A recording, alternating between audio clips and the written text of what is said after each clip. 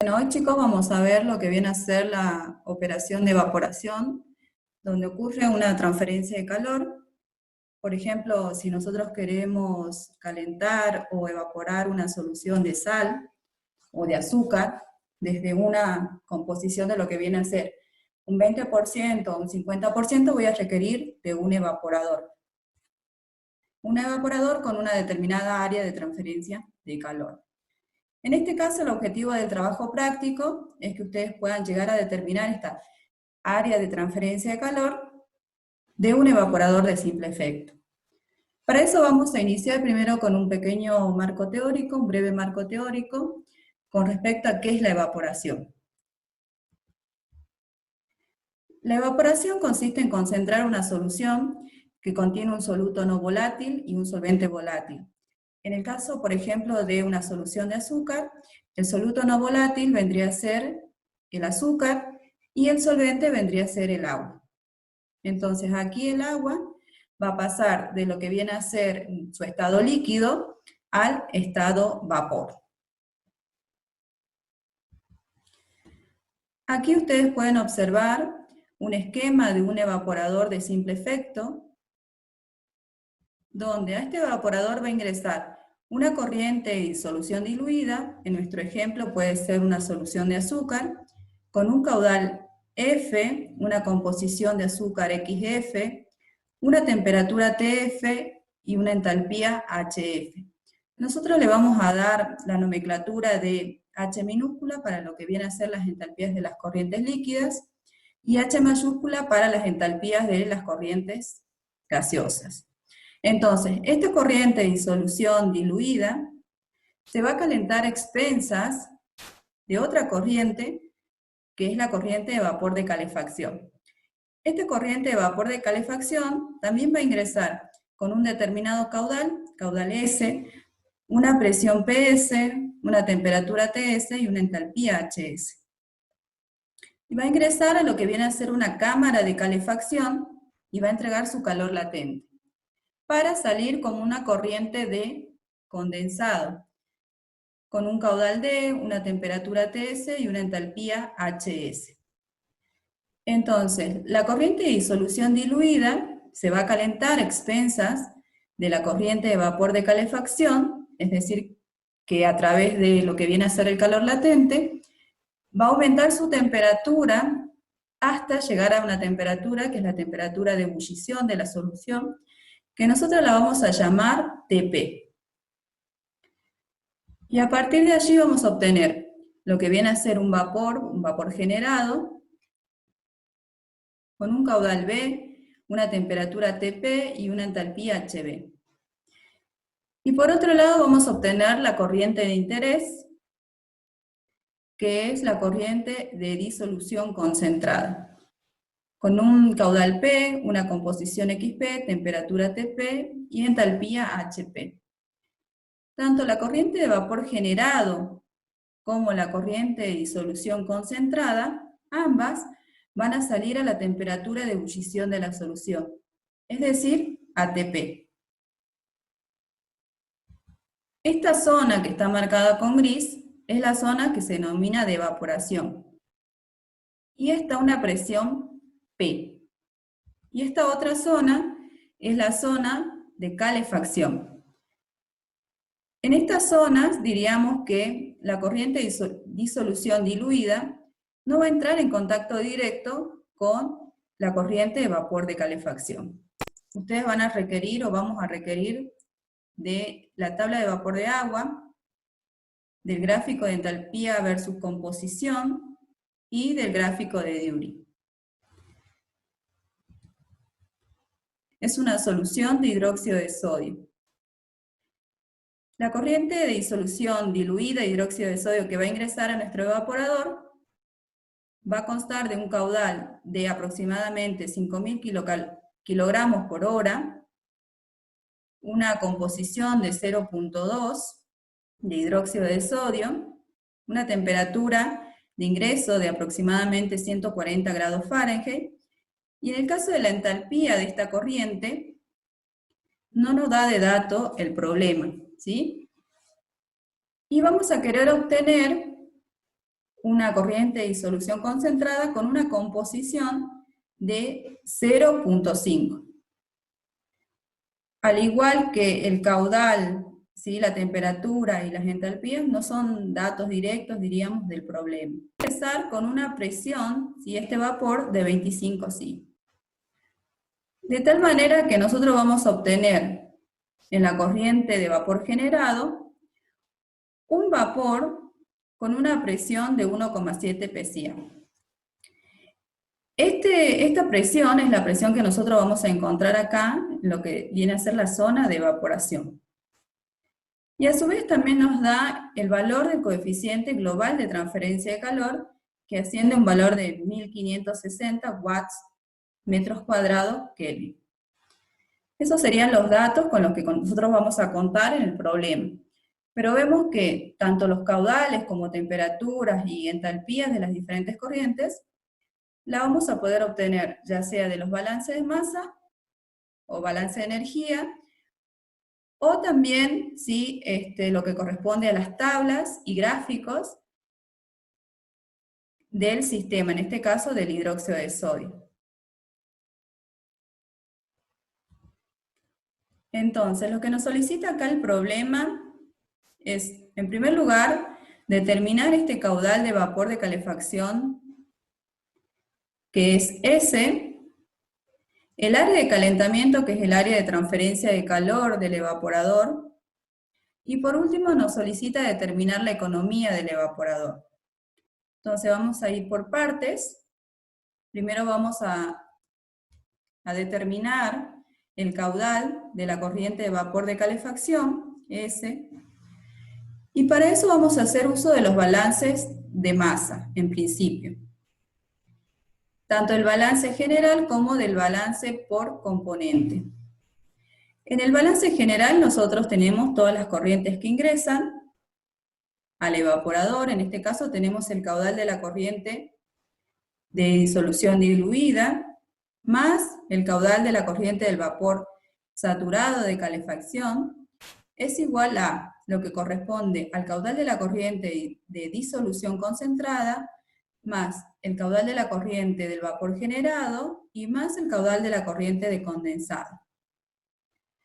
Aquí el caudal de la corriente de vapor de calefacción es igual al caudal de la corriente de condensado. ¿Por qué? Porque lo único que se transfiere es calor, no así masa.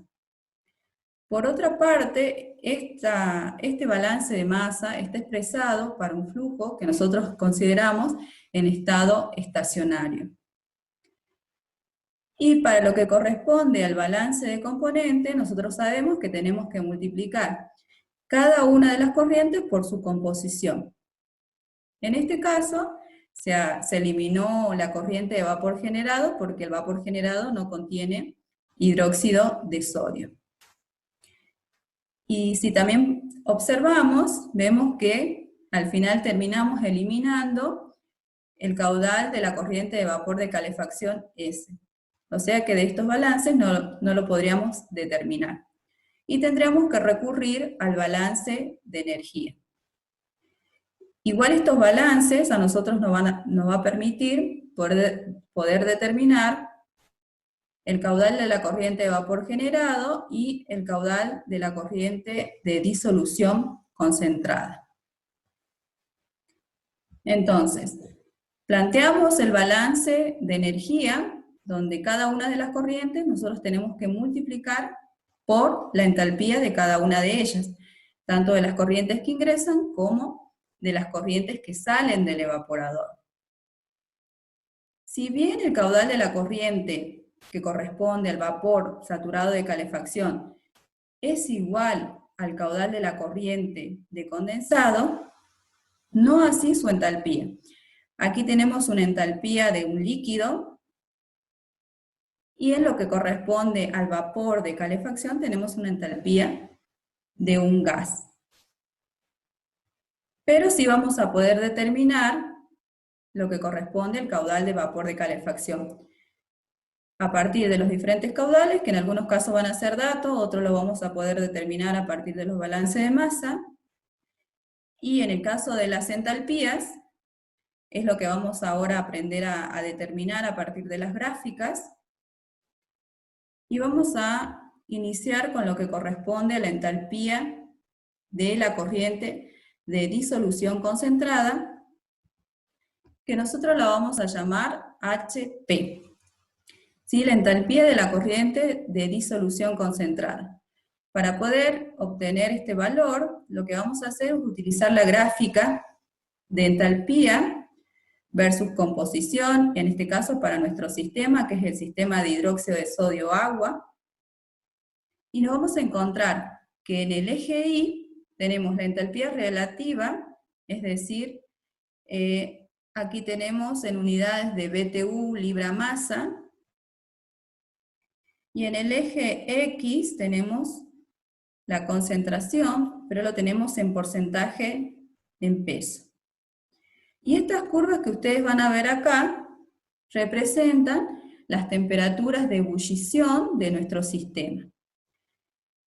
Que para nuestro problema no es un dato directo que tengamos nosotros, lo vamos a tener que también determinar. O sea que necesitamos de ese dato para poder ingresar a esa gráfica, o a esta gráfica. Pero con el simple hecho solamente de poder mostrarles cómo vamos a hacer el procedimiento, por ejemplo acá corresponde al 50% en peso de hidróxido de sodio, que es la concentración de la corriente de disolución concentrada, y supongamos que la temperatura de ebullición es, si no me falla la vista, 100, por ejemplo, 100 grados Fahrenheit, voy a intersectar allí con la curva y voy a rebatir hacia la izquierda. Y de esa manera voy a obtener la entalpía de la solución. Bueno, en este caso nosotros no contamos en forma directa con esa temperatura de ebullición de nuestra solución. Entonces vamos a tener que recurrir a otra gráfica, que es la gráfica de During, para también el sistema hidróxido de sodio y agua.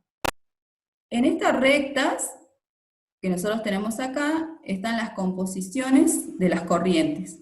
¿Sí? En este caso, nuestra composición, ¿sí?, de la corriente de interés es un 50%, o sea que estaríamos en esta recta.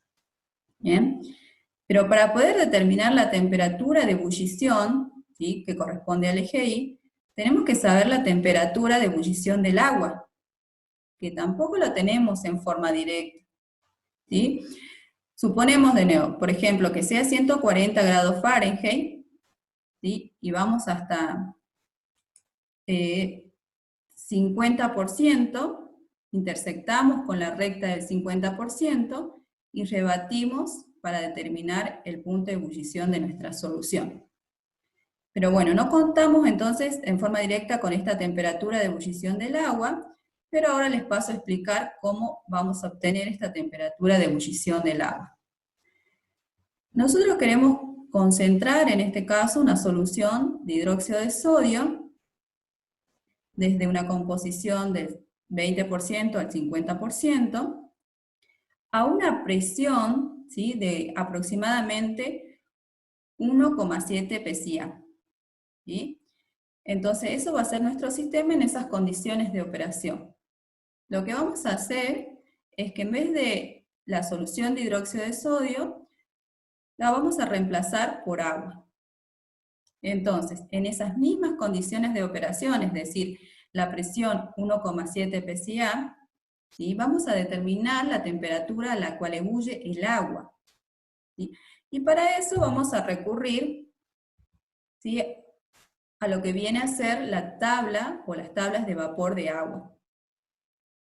Esta temperatura que nosotros la llamamos temperatura TSAT, ¿sí?, que ustedes lo deben haber visto también en teoría, ¿sí?, es la temperatura de ebullición del agua. Entonces, ¿cómo vamos a obtener esa temperatura de ebullición del agua? Primero, ¿sí?, en esta primera columna nosotros tenemos la presión, ¿sí?, en kilopascal. En esta segunda columna tenemos las temperaturas de ebullición en grados centígrados y en Kelvin. Entonces, nuestro equipo está operando una presión de 1,7 psi, que es aproximadamente 12 kilopascal aproximadamente. Entonces me posiciono en el valor de 12 kilopascal y leo la temperatura de ebullición del agua, que en este caso sería 49.45 grados centígrados.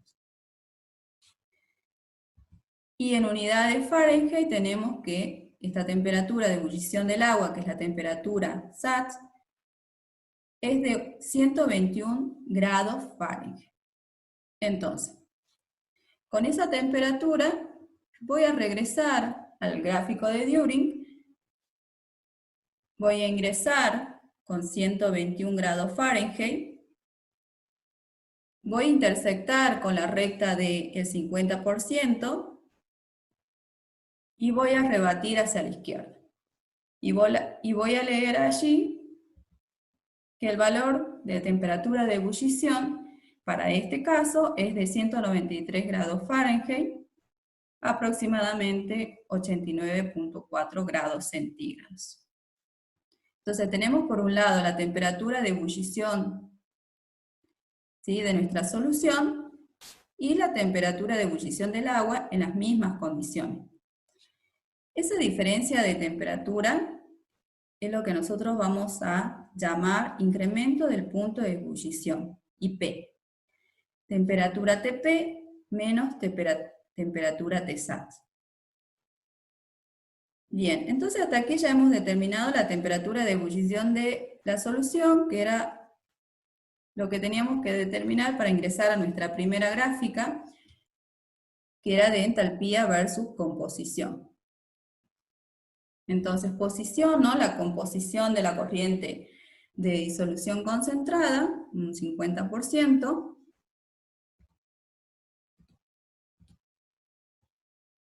e intersecto en la curva que va a corresponder a la temperatura de ebullición de la solución, que en este caso era aproximadamente 191 grados Fahrenheit.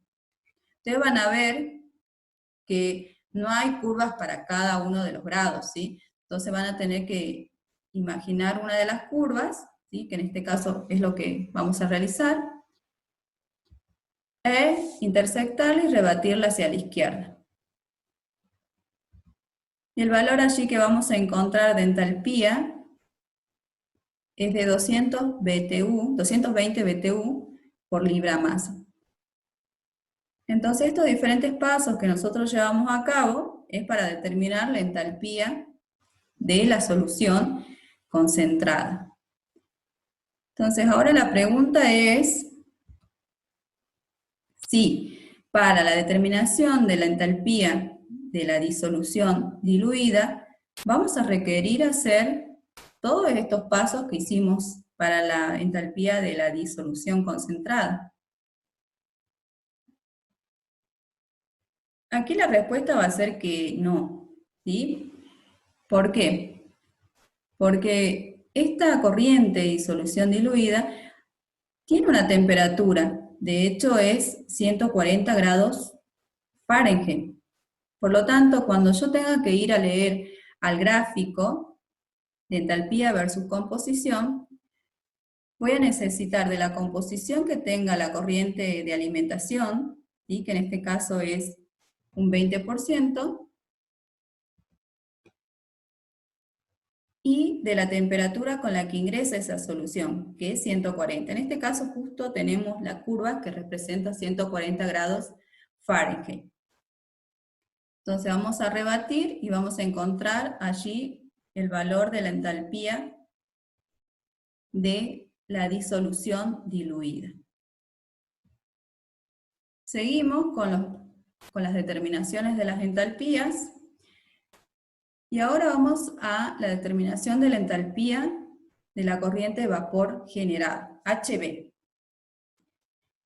Esta entalpía la vamos a determinar a partir de esta ecuación, donde tiene en el primer término lo que corresponde a la entalpía de saturación, es decir, la entalpía si mi sistema fuera agua, más lo que corresponde al incremento del punto de ebullición, que sería TP menos Tsat, por el calor específico del vapor, que en este caso lo vamos a tomar como 188 kJ por kilogramo grado centígrado. Y nos va a quedar determinar, desde tabla, la entalpía de saturación. Esta entalpía de saturación, nuevamente, para poder obtenerla, vamos a ir a nuestra tabla de vapor de agua, pero en este caso vamos a leer la tercera columna, ¿sí? Que corresponde a la entalpía por unidad de masa, es decir, en unidades de kilojoule por kilogramo. Este vapor generado, recuerden que sale a la presión de 1,7 pSi. Entonces la presión con la que voy a ingresar va a ser de 12 kilopascal aproximado. Y voy a leer en la columna que corresponde a la entalpía del vapor. Reemplazamos y ustedes van a obtener un valor de entalpía de la corriente de vapor generado igual a 2666.3 kJ por kilogramo. Y por último vamos a determinar lo que corresponde a las entalpías de la corriente, ¿sí? En este caso del vapor de calefacción HS, y de la corriente de condensado, que sería HD. Esas diferencias de entalpías corresponden a el calor latente que entrega la corriente de vapor de calefacción. Recordemos que este vapor de calefacción ingresa a una presión diferente, ¿sí? Es aproximadamente 25 pSi. Entonces, para poder obtenerlo, nuevamente recurrimos a nuestra tabla de vapor de agua, pero tenemos que ingresar con la presión con la que está ese vapor. En este caso, van a encontrar ustedes que está entre estos dos valores de kilopascal, entre 170 y 175. Y en este caso van a leer en la columna de calor latente, ¿sí? Recuerden que si les da un valor promedio, hacen el promedio de los valores, pero si no es así, van a tener que hacer una interpolación lineal para obtener el valor del calor latente. Entonces, de esta manera, nosotros vamos a determinar cada una de las entalpías para poder obtener lo que corresponde a nuestro primer ítem que nos solicitaba el problema, que era el caudal, ¿sí? De la corriente del vapor de calefacción. El otro ítem corresponde al objetivo del trabajo práctico, que es el área de transferencia de calor del evaporador. Y eso lo vamos a obtener a partir de la ecuación de diseño. Esta ecuación de diseño tiene en cuenta, ¿sí?, que la velocidad de transferencia de calor va a ser igual a lo que corresponde a S, que es el caudal de la corriente de vapor de calefacción, ¿sí?, que es la que acabamos de determinar, por su calor latente. Y eso es igual a ¿qué? Al coeficiente de transferencia de calor. Si recuerden que este coeficiente, si bien es dato en el problema, ¿sí?, se lo determina y tienen en cuenta la geometría del evaporador, tiene en cuenta el caudal, o los caudales que se manejan, y las propiedades de los fluidos. Y por otro lado tenemos la fuerza impulsora de temperatura, que en este caso va a ser la diferencia de temperaturas entre la temperatura S, que es la temperatura del vapor saturado de calefacción, y la temperatura TP, que es la temperatura de ebullición de nuestra solución. Entonces, a partir de esta ecuación de diseño, nosotros vamos a poder determinar el área de transferencia de calor. Por último, el problema nos solicita determinar la economía del evaporador, que eso resulta de una relación entre el caudal del vapor generado y el caudal de la corriente de vapor de calefacción. Entonces, a partir de esos dos caudales voy a tener la economía del evaporador. Si ustedes van a cambiar de sistema. Allí vamos a trabajar con una solución de azúcar, que era nuestro ejemplo, nuestro primer ejemplo. Y la diferencia va a residir en qué? En que nosotros para el sistema hidróxido de sodio, ¿sí?, contábamos con las gráficas de entalpía versus composición y las gráficas de During, pero en este caso no. Lo que nos proporciona el problema es una ecuación empírica del incremento del punto de ebullición, que va a estar en función de la composición de la corriente de disolución concentrada. Entonces, a partir de esta expresión empírica que ustedes tienen en el problema, y a su vez también considerando que el calor de disolución y cristalización lo vamos a considerar aquí despreciables, de tal manera que las entalpías de las corrientes líquidas podamos calcularlo con esta ecuación, que es el producto entre calor específico de la corriente líquida por la diferencia de temperaturas, entre la temperatura que corresponde a la corriente menos la temperatura de referencia. En este caso, nosotros vamos a elegir como temperatura de referencia 0 grados.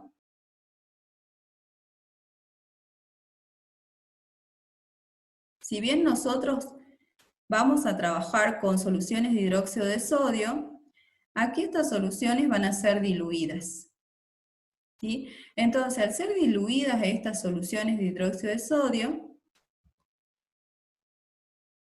el incremento en el punto de ebullición va a ser igual a 0. Entonces, la temperatura de ebullición de nuestra solución, que es Tp, va a ser igual a la temperatura de ebullición del agua, Tsat. Es decir, que sería como que estaríamos trabajando con agua. También vamos a considerar los calores despreciables, tanto de disolución como el de cristalización, de tal manera de trabajar con esta ecuación, donde tenemos las entalpías de las corrientes líquidas igual al producto entre el calor específico de las corrientes líquidas y las diferencias de temperatura. Con esto, chicos, ustedes van a contar con todos los conceptos que van a requerir para abordar el trabajo práctico. De igual manera, también pueden recurrir, ¿sí?, a lo que viene a ser el libro de la cátedra. También se encuentra el tema de evaporación en el libro Faust. En el Peter no tanto, pero en las primeras dos bibliografías ustedes van a poder guiarse más esta introducción a la clase práctica.